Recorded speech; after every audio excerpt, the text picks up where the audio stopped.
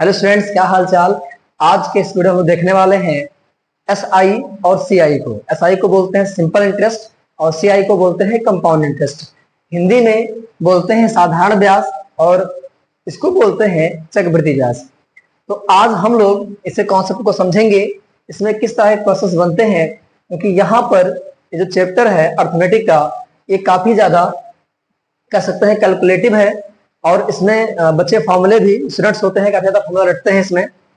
तो आपको मैं प्रयास करूंगा कि बिना फार्मूले के कुछ बेसिक कॉन्सेप्ट, आपको ज्यादा फार्मूले ना रटने पड़े। यहाँ पे मान के चलिए कि फार्मूला आपको ना के बराबर रटना है, इसे कॉन्सेप्ट को समझना है और कुछ ट्रिक्स बताऊंगा मैं, जितने भी ट्रिक्स हैं दुनिया में कंपाउंड की और सिंपल की, अच्छे से बातचीत करूंगा इसके बारे में मैं। तो आइए शुरुआत करते हैं साधारण ब्याज की, उसके बाद बात करेंगे चक्रवृद्धि ब्याज की। बहुत छोटा सा टॉपिक है, ये थोड़ा लेंदी टॉपिक है, इसमें ज्यादा दिक्कत होती है, इसमें बच्चों को स्टूडेंट्स को कम दिक्कत होती है। तो आइए शुरुआत करते हैं सिंपल इंटरेस्ट की और कंपाउंड इंटरेस्ट की।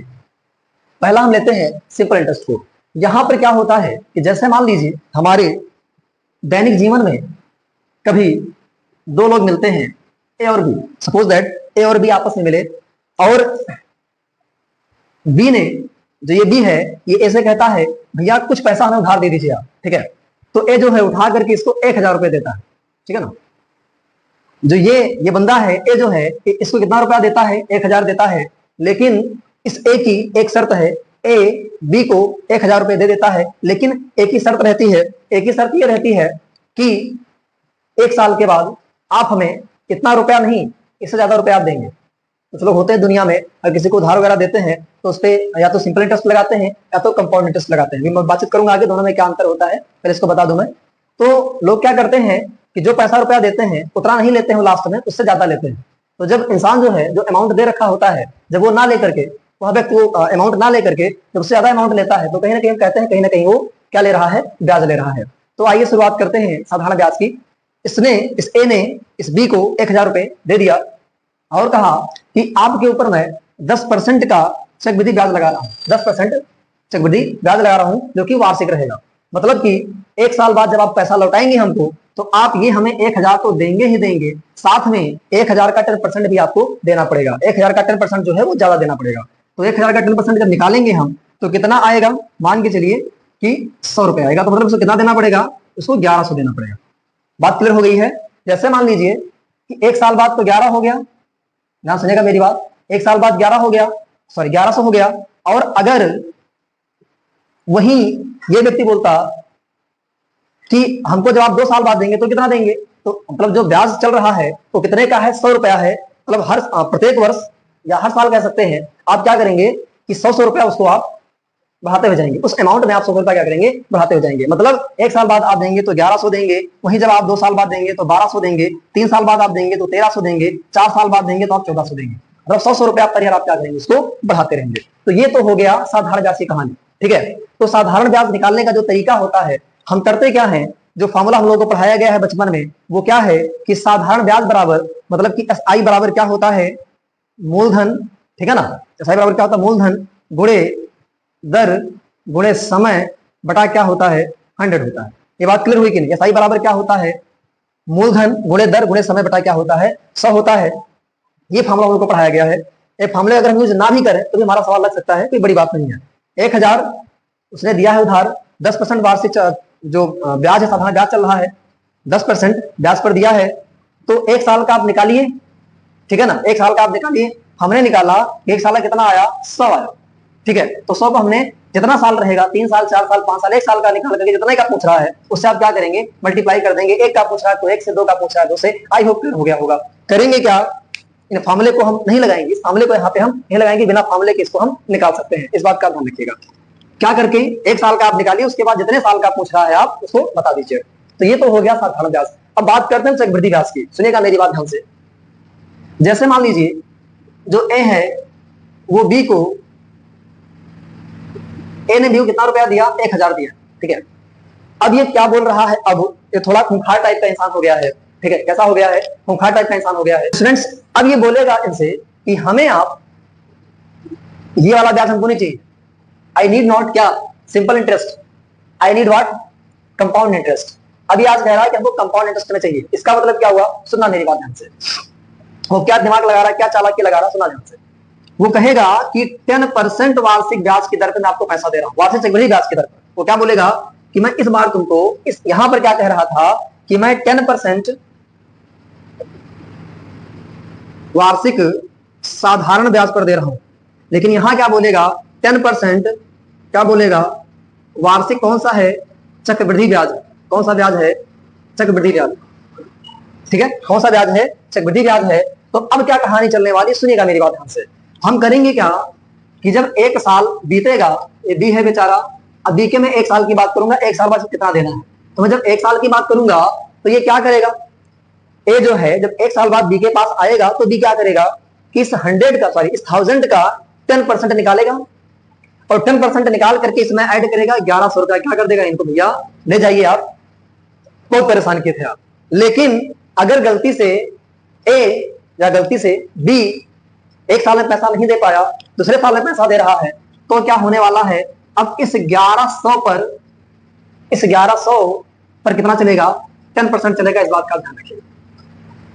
तो 1100 पर 10% चलने का मतलब क्या हुआ, 1100 का 10%, मतलब यहां पर एक साल बाद कितना हो गया था, 1100 हो गया था।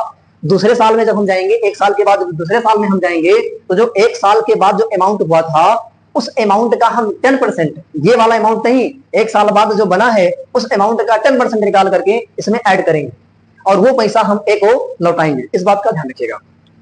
तो इसका 10% निकालेंगे तो क्या आएगा, 1100 का 10% निकालेंगे तो 10 अपान क्या हो जाएगा, 100 हो जाएगा, दोनों काट पीट दीजिए, 110 आ रहा है। अब इसमें 110 ऐड होगा, सुनना मेरी बात ध्यान से, कितना ऐड होगा, 110 ऐड होगा। अब मान लीजिए गलती से बी 2 साल में पैसा नहीं दे पाया, तो क्या होगा, सुनना ध्यान से, तीसरे साल क्या होगा कि ये जो बना हुआ है, मतलब कि 11 1 12 1210 जो बना हुआ है, अब क्या होगा कि तीसरे साल इस 1210 पर क्या चलने वाला है, 10% चलेगा। आई होप अब आपको क्लियर हो गया होगा।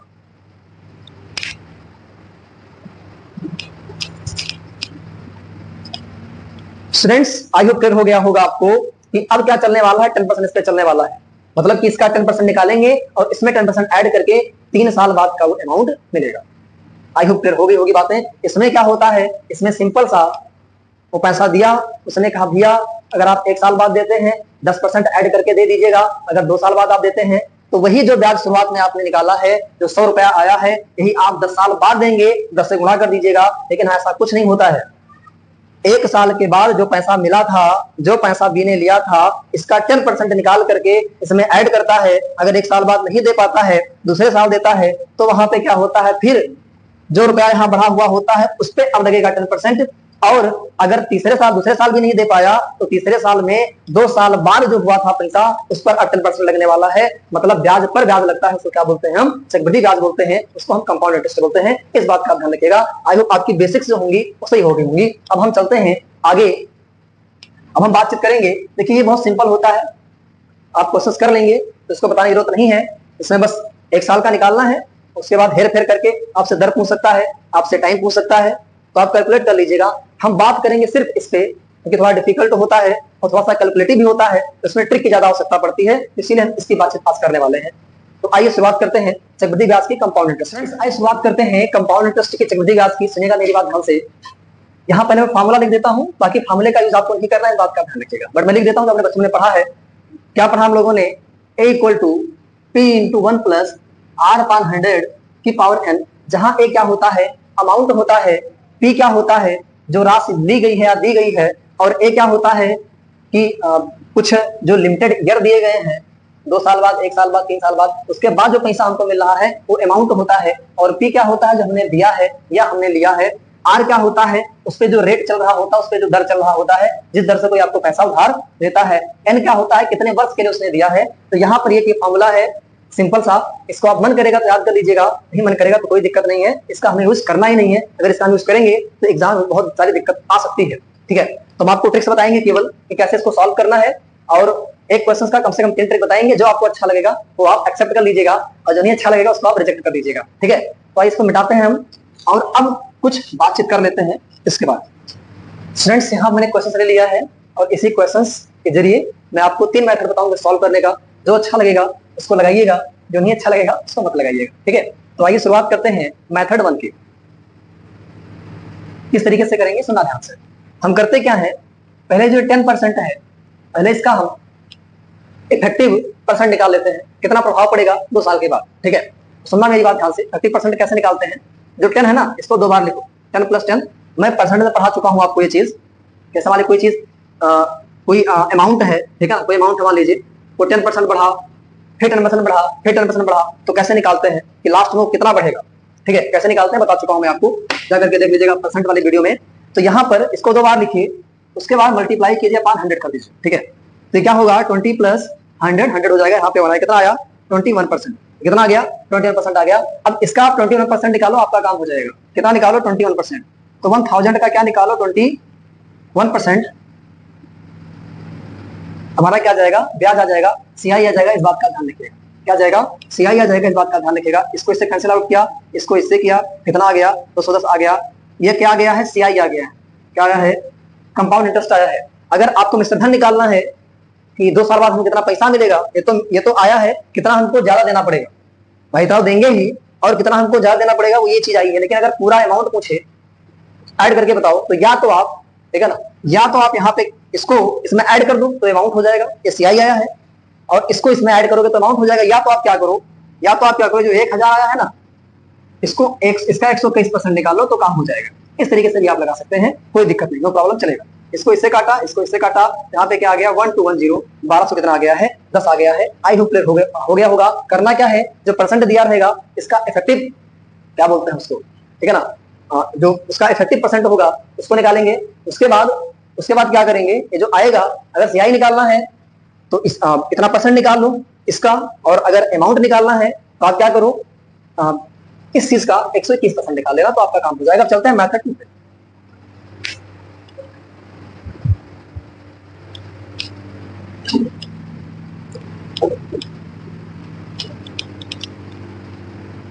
स्टूडेंट्स मेथड 2 जो होगा, अगर आपको सीआई निकालना है तो आप कुछ नहीं करना, सुनना ध्यान से। ये 10 लिखा है ना, इसको लिखना है 110/100, और ये कर देना इसका है, समझ आया।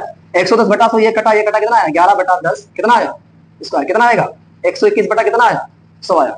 ठीक है, अब कुछ नहीं करना है, इन दोनों के बीच में कितने का डिफरेंस है, 21 का डिफरेंस है। तो यहाँ पे लिखो 21/100 इंटू, ये चीज लिख दो 1000। ठीक है, तो ये कैंसिल आउट हुआ, इससे कैंसिल आउट हुआ, कितना आ गया, 210 आ गया। इस तरीके से भी आप कर सकते हैं, कोई दिक्कत नहीं। अगर यहाँ 3 साल दिया होता तो हम क्यूब कर देते, 4 दिया होता तो यहाँ पे पावर 4 कर देते, कोई दिक्कत नहीं। बात क्लियर हुई, बात समझ आ गई है, इस बात का आप ध्यान रखेंगे। क्लियर हो गया।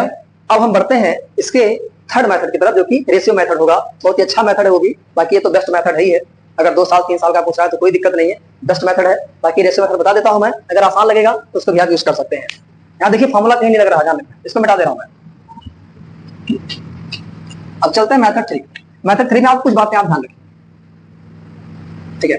आपको 2 साल के लिए ध्यान रखना है फ्रेंड्स। मेथड 3 में आप क्या करेंगे कि आपको कुछ रेशियो याद रखनी है। रेशियो जैसे 2 साल के लिए आप याद रखना 2:1, ठीक है, तो 2:1। और 3 साल के लिए क्या याद रखना, 3:1। और 4 साल के लिए क्या याद रखना, 4:6:4:1। इस बात का ध्यान रखिएगा। 2 साल में 2 और 1 याद रखना, 3 साल का निकालना है तो 3:3:1 याद रखना, 4 साल का निकालना है तो 4:6:4:1 याद रखना। टेंशन आपको बिल्कुल नहीं लेना है, 4 के बाद नहीं पूछता, जल्दी ध्यान रखना, बस 2-3 तक पूछता है, आप यहाँ तक याद कर लीजिएगा। बहुत रेयर केस में यहाँ पूछता, ध्यान रखना, बाकी यहाँ तक तो आपको रटा होना चाहिए। तो ये चीज याद कर लीजिएगा, ज्यादा कुछ नहीं याद करना है। 2 का निकालना 2:1, 3 का निकालना है 3:3:1, और 4 का निकालना है 4:6:4:1। अब कैसे इसको यूज करेंगे, आइए हम देखते हैं। तो स्टूडेंट्स आइए देखते हैं इस क्वेश्चन को कैसे सॉल्व करेंगे। जब 2 साल का निकालना रहेगा तो क्या करेंगे, सुनना मेरी बात ध्यान से। करना क्या है आपको, आप ऐसे इसको चुपचाप लिख लीजिए, चुपचाप इसको लिख लीजिएगा। इसका 10% निकालिएगा। इसका क्या निकालेंगे, 10% निकालेंगे। 10% निकालेंगे तो क्या आएगा, 100 आएगा। फिर इसका 10% आप निकालेंगे, जो यहाँ पे दिया रहेगा उतना परसेंट आपको निकालना है इस चीज का। ये लिखा, इसका 10% निकालना, ये आया। अब इसका फिर 10% निकालेंगे, क्यों, क्योंकि 2 बार पूछ रहा है, तो 10% इसका भी निकालेंगे तो कितना आएगा, 10 आएगा। आई होप क्लियर हो गया होगा। अब कुछ नहीं करना है, जो यहाँ हमने रेशियो लिखा है ना, उसी रेशियो को ला करके हम मल्टीप्लाई कर देना है। ये क्या हो जाएगा, 200, और ये क्या हो जाएगा, 10। कितना आ गया, 210। आंसर हो गया। कुछ नहीं करना है, सिंपल है, जो दिया है उतार लो अच्छे से, 10% निकालो इसका, फिर जो है उसका 10% निकालो। ये जो रेशियो दिया है ना, इसको ले जाकर के पहले वाले को दूसरे वाले को पहले वाले से मल्टीप्लाई कर दो, और ये वाले इस वाले को नीचे वाले को इससे मल्टीप्लाई कर दो। अगर 3 होता तो यहाँ पे 3 निकालते, 3 बार इसको हम 3 बार निकालते, आगे हम बता रहे हैं, और उसके बाद इस रेशियो से मल्टीप्लाई करवा देते। ठीक है, आई होप ये क्लियर हो गया होगा। अब हम 3 वर्ष का ले लेते हैं, उसके बाद एक बार 4 वर्ष का ले लेते हैं। स्टूडेंट्स आइए देखते हैं 3 साल कैसे निकालेंगे हम लोग। इसका कुछ नहीं करना है, इसको उठा करके यहाँ पे ऐसे लिख लो आराम से। इसको इसका कोई काम यहाँ पे है नहीं, बट यहाँ पे लिख लिया कीजिए।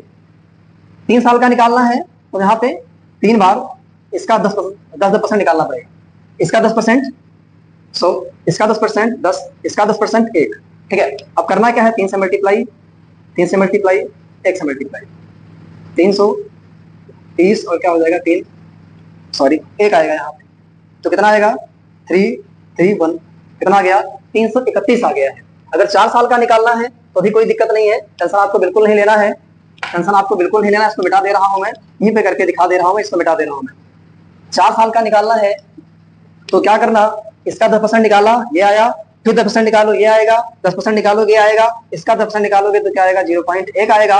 अब मल्टीप्लाई किससे करवा दीजिएगा, 4, 6, 4, 1, 4 से मल्टीप्लाई करवाएंगे 400, 6 का करवाएंगे 60, 4 का करवाएंगे तो आई थिंक आएगा 04, और इसका जब करवाएंगे तो कितना आएगा 0.1 आएगा। इसको ऐड कर लीजिएगा, आपका आंसर आ जाएगा। ऐड करना नहीं आता है तो सीख लीजिए ऐड करना, ठीक है, बिना ऐड के काम नहीं चलने वाला है। फ्रेंड्स मैंने यहाँ पर एक क्वेश्चन के जरिए आपको इस क्वेश्चन को करने का मैंने आपको 3 तरीका बताया है। 3 तरीके में जो अच्छा लगा होगा उसको लगाइएगा। फ्रेंड्स नेक्स्ट वीडियो में कुछ और क्वेश्चन यहाँ पर हम लाएंगे, और जितनी मेथड यहाँ पे मैंने बताए हैं उससे आप कैसे बताएंगे, उसको देखिएगा, अच्छे से एंजॉय कीजिएगा। आई होप अच्छे से आपकी हेल्प हो पाई होगी इस वीडियो से। So thanks to all of you for watching this video.